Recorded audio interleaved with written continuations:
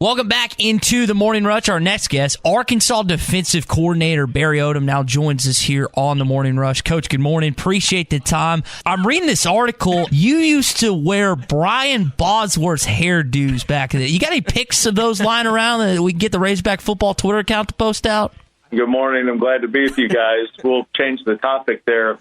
Years ago, I grew up where we did in Oklahoma, and, at that time, he was kind of the guy I followed. I played that position. I think everybody around that area of Oklahoma usually either wanted to be quarterback like Jamel Holloway or linebacker like Brian Bosworth. The teams that followed, the people that followed Oklahoma. It wasn't soon after that I really started following the Razorbacks close in geographic region. I got rid of about all those pictures that I could find, the old Polaroids. I got rid of a bunch of them. I remember I know where the remaining 2 or 3 are, and I've got them in my possession. Under lock and key. When Arkansas played Oklahoma in the Orange Bowl in '86, Bosworth was the man. He was the guy every kid wanted to be like.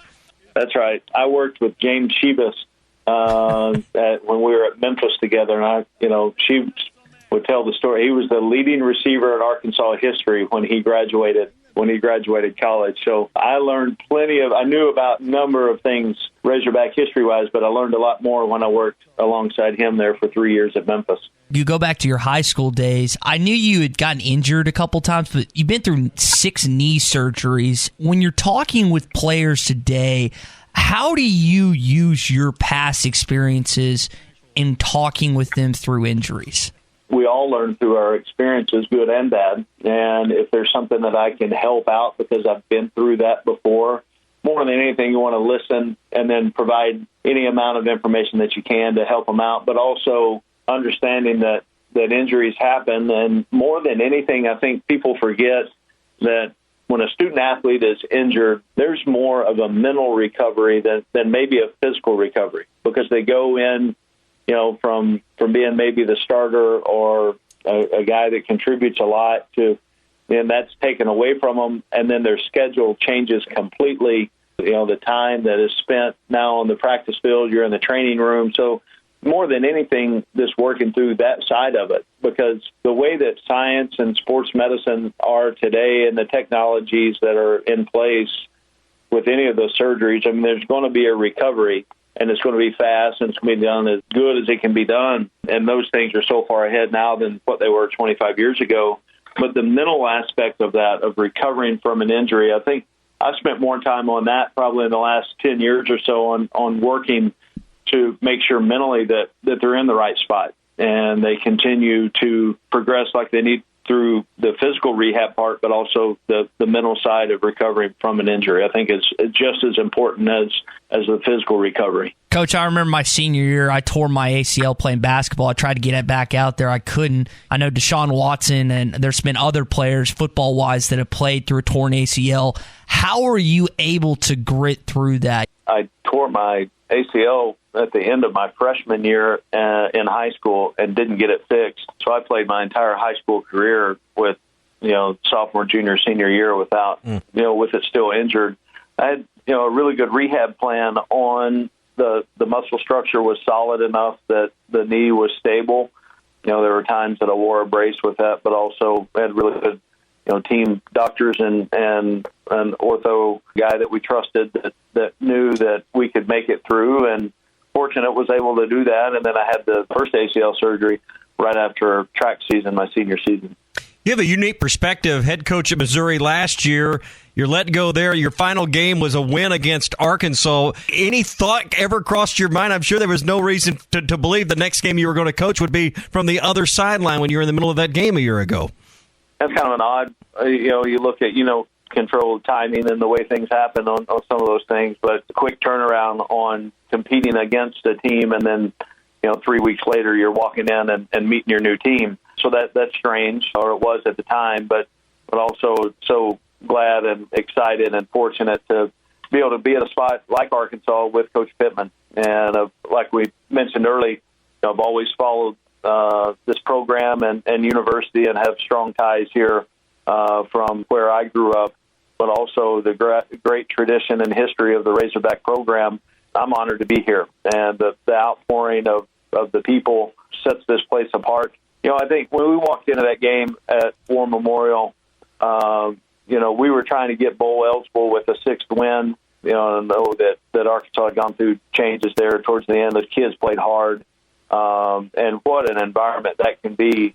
I've seen it before, and I walked away from that game, even though that we won the game. I had a lot of respect for Arkansas, and I gained even more that day because the way that the kids competed, the way that the crowd was into it, and so I'm excited to be here and be part of this deal. We know you had some connections with Brad Davis, who's coaching offensive line. Can you give us some details or walk us through how you constructed the staff on the defensive side and how you and Coach Pittman worked together to put your defensive staff together? Well, I think Coach deserves a lot of credit for the staff that he put together. He went out and got really the guys that he targeted, and he can speak a lot more detail on this, but he decided how he was going to build the staff and the type of guys that he wanted here, type of teachers and mentors and leaders that he wanted, and he went out and got them. And I think that says a lot about him, because there's so many people that wanted to work for Coach Pittman because of the type of person he is. But also says a lot about our administration on making sure that he had the resources to be able to go get that done. And when you've got an athletic director and an administrative team that's in line with the coach, great things can happen. And I'm really excited about the staff that we've got here. We've got a lot of experience. Derek LeBlanc was in the conference the last couple of years at Kentucky, and I thought he had those guys playing up front as good as anybody, and really excited about what he can do with our group. Ryan Rhodes was the head junior college coach for the last 13 years, got a lot of experience on the defensive side of the ball. And then Sam Carter is coaching our corners. He and I have been together the last 5 years. So, we're speaking the same language the day we walk in the door, and we worked really well together. And I'm excited that Coach was able to put this staff together, and it's an honor to be a part of it. Arkansas defensive coordinator Barry Odom with us on the Morning Rush. Coach, you mentioned Sam Pittman. You've been on the record saying you tried to hire Sam Pittman when you were at Mizzou. You guys have had a long-standing relationship. And one of the unique things that you guys do is you guys go on walks together. So what's the latest thing you guys have been talking about on these little excursions, Coach? Well, I think more than anything, we try to branch away from – now, the pace is so fast, it's hard to keep great conversation. We're moving around. We've passed people here in the last couple of days. Our pace is so fast. It's really more than a walk, isn't it? It's more of a jog. People that have really trained, they're on a mission training for some great marathon coming up, I'm sure, and we're just blowing by them. So it's hard to have great, long conversation. They're so focused on the pace of the walk. But there's been discussion the last, couple of days on what the summer schedule, exactly when that's going to, go into play, exactly what it's going to look like, plan A, B, C, and D, kind of how involved are we going to be able to get late in the year with our guys, really what that looks like, the best case for our team on building what we need to do to be successful. And then we've also branched out and talked about getting away from the office, and on the weekends or the time that we've got away, and all the great things about Northwest Arkansas and the town of Fayetteville. When you were at Mizzou, the Tigers were on a 14-year bowl drought, and then you guys get there and you end up going to 2 bowls at your time there. What were some of the biggest reasons that you were able to get and help your team to back-to-back bowl games after a long drought? For a long number of years, as you mentioned, that they hadn't been, and Larry Smith was our head coach during my 4 years there, and what a great coach and leader he was, and a great motivator. We were able to run the ball on offense in a time in the Big 12 Conference that it still was at that time. It was a run heavy league, and he recruited guys that fit in the system on what he wanted to do. We played. We had some really good players on the defensive line, which helped us defensively. And I think more than anything, there was a belief instilled through the process of what it takes to be a winner. And that doesn't happen on, once the calendar hits September. It happens from every waking moment of the habits that you form, that collectively we were so close as a team.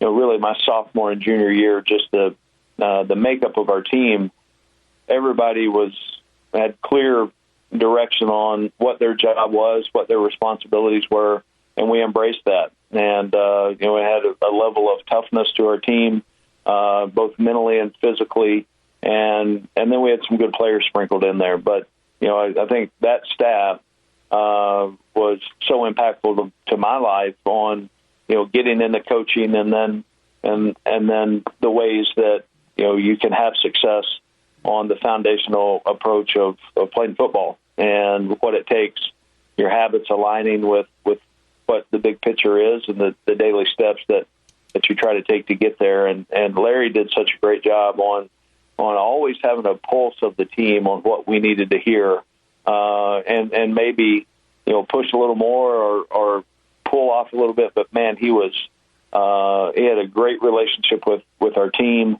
and just had so much respect for the way that he ran our program. Arkansas defensive coordinator Barry Odom with us here on the Morning Rush. Normally, if we're talking to a coordinator this time of the year, we're talking about personnel and depth chart and where things will be ready for fall camp to begin. I want to ask you about your personnel and your guys. I don't even know where to begin with maybe other than how's Dorian Gerald's neck doing and that artery strain. Number one, you go and rely a lot on what I saw in the weight room in January and February and a little bit of March. There were some things that we were able to do in our morning workout program to see guys in the change of direction and playing with leverage and throughout the drills that we had set up in the weight room in some of those sessions. So you got a little bit of feel for what guys do with their speed, with their explosion, some of those things. And I think Jamil Walker, our head strength coach, and Coach Ellis, they put together a plan that physically they transformed our team from the time we started in January until we cut loose in March, as drastic and dramatic as maybe as I've ever seen. Those guys are really, really good. So a lot of credit to them on, building the foundation of our program through the weight room. And just able to see, I think we do in areas. I think we've got really good team speed. Now, that I want to caution with that statement that doesn't mean that anything other than we've got the ability to run fast in areas. But if you don't know what you're doing defensively through what your scheme is, then your speed is null and void, right? So we've got to be great teachers. And the times that we've had with them, we've installed so many things defensively. Obviously, we haven't seen them do any of it yet, but one of the things I respect about our team is they're hungry. They're hungry for knowledge. They're excited about the opportunity that we have in front of us, and everything that we rolled out for them and asked them to do, they've done it, and they've done it in great ways together as a team. And we've had guys that have stepped up their leadership, mostly through example and some vocal, but I'm excited about getting them on the field and see the amount of information that we've given them, how much they can retain, and then when the ball snaps, how they go apply it. So I'm excited about the position battles that we're going to have, how that's going to play out. And it's our job to make sure we get the right 11 in the right spots where they can go play fast. And if your habits align with the way that they're supposed to, then you develop confidence, and then you can go play with your speed and your true skills that you've been blessed with. You're going to coordinate the defense, obviously, but you're also going to coach the secondary. Give us your perspective on how those two things maybe go together as a positive, where you can coordinate the defense from the back end and just that view from back there. I've heard other coaches talk about it's the best spot for a coordinator to coach a position on that side of the ball because you kind of see everything back there. Well, I've coached the linebackers and I've coached the safeties, different spots that I've been. This fit our staff best for me on the back end, but also I've got Sam Carter, who is coaching our corners, but also I'm okay with Coach Carter taking the back end if I need to go up and have some eyes on the D-line or linebackers. And I think Coach LeBron and Coach Rhodes are terrific and are outstanding at what they do, but there's also times I think the coordinator needs to have the ability to have his eyes in a couple different spots. So we've got the luxury of having a great staff that I trust, and I know that they're going to have their team and their position playing at their best. So I feel comfortable being able to leave a period with the secondary and go over and work with the linebackers a little bit, or the defensive line, just to assist in that area as well. So I think it's the match and mix of how your staff is put together. We've had a lot of time to spend together in meetings on how practice structure is going to look, how we're going to look schematically, and I'm just excited to go put some of it in action. Coach, let me top off the interview with this. You were let go by your alma mater, Mizzou. How motivated are you right now to prove them wrong at Arkansas? Everybody uses motivation in different ways, and I've got plenty of motivation for me to lead this team, for them to have success.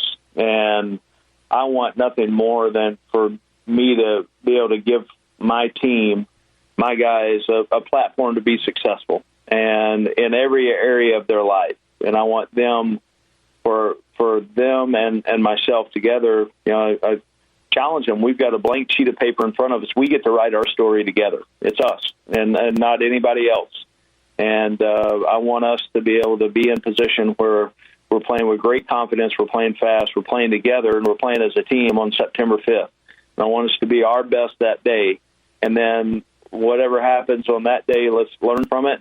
Let's make corrections the way we need to, and then try to be a little bit better the next week.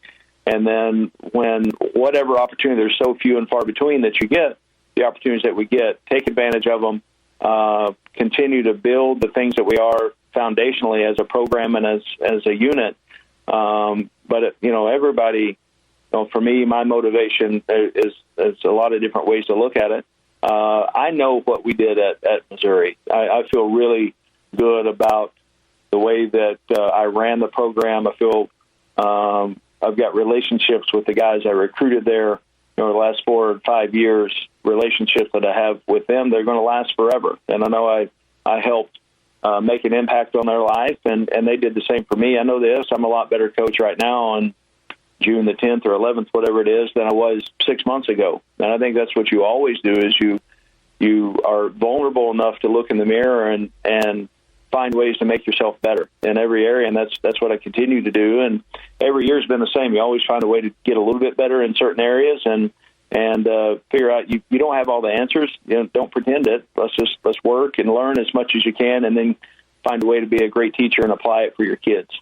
85 days out from that first opportunity, the first Razorback game of the 2020 season. Arkansas defensive coordinator Barry Odom with us. Coach, really appreciate you making some time for us. You bet, guys. Again, I respect the job you do, and thanks for taking time to visit with me this morning.